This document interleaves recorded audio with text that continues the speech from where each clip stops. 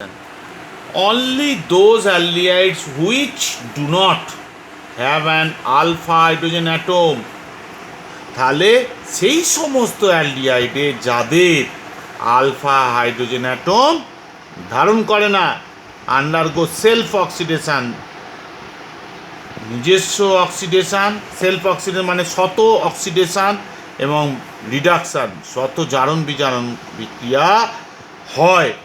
কখন? On treatment with concentrated alkali. Concentrated অ্যালডলে কিন্তু লঘু ছিল, ডাইলুটেড। যাই হোক, খেয়াল লাগবে সব। In this reaction one molecule of aldehyde is reduced to alcohol while another is oxidized to carboxylic acid salt. তার মানে কি হচ্ছে, যে সেই সমস্ত অ্যালডিহাইড যাদের আলফা হাইড্রোজেন অ্যাটম নেই, কমল লাগবে, দুমল লাগবে। রিয়েজেন্ট কি? কনসেন্ট্রেটেড অ্যালকালি, KOH বা NaOH। দুমলের মধ্যে এক মোল অক্সিডাইজড হবে, এক মোল রিডিউসড হবে। দেখো, এক মোল অক্সিডাইজড হয়ে কি হয়ে যাচ্ছে? অ্যাসিড। কিন্তু এখানে তো অ্যাসিড বসবে না, যেহেতু কে আছে বলে অ্যাসিডের সল্ট, পটাশিয়াম সল্ট, সোডিয়াম নিলে সোডিয়াম সল্ট। আর এক মোল রিডিউসড হয়ে যাবে, অ্যালকোহলে পরিণত হবে। এবার ক্রসড ক্যানিজারো রিয়াকশান, যদি এই ফর্মালডিহাইড যদি এক না হতো, যদি আলাদা একটা ফর্মালডিহাইড একটা বেঞ্জালডিহাইড যদি হতো, এই নাম যদি হয়, তাদের বলে ক্রসড ক্যানিজারো রিয়াকশান, যেটা এখানে দেখিয়েছি। দেখালে এটা হিট দিতে হবে, একটু উত্তাপ আছে। কনসেন্ট কী হবে? বেঞ্জাইল অ্যালকোহল আর sodium format.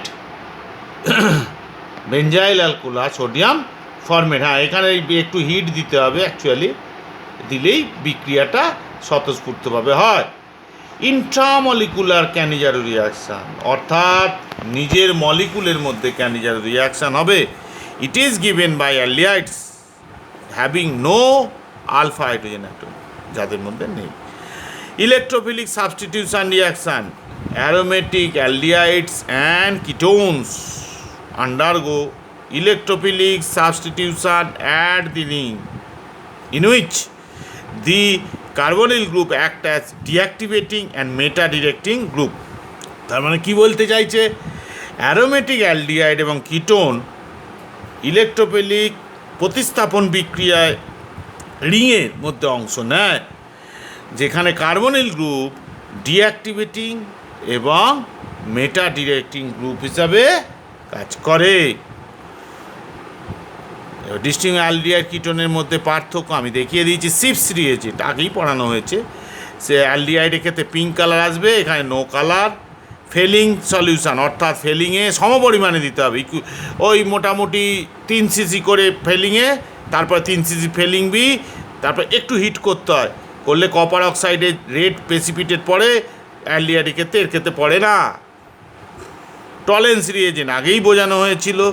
অ্যামোনিয়াকাল silver nitrate solution, এর ক্ষেত্রে সিলভার মিনার আসবে, তবে নাড়ানাড়ি করলে হয় না, টেস্ট টিউবকে রেখে দিতে হয়, ওয়েট করতে হয়, ধৈর্য। এই বিক্রিয়ায় পেশেন্স খুব জরুরি।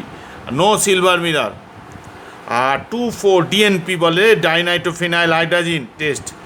অরেঞ্জ হলো all red well defined crystal with melting point characteristics of individual aldehyde. Orange yellow red well defined crystal with melting points characteristic of individual ketones.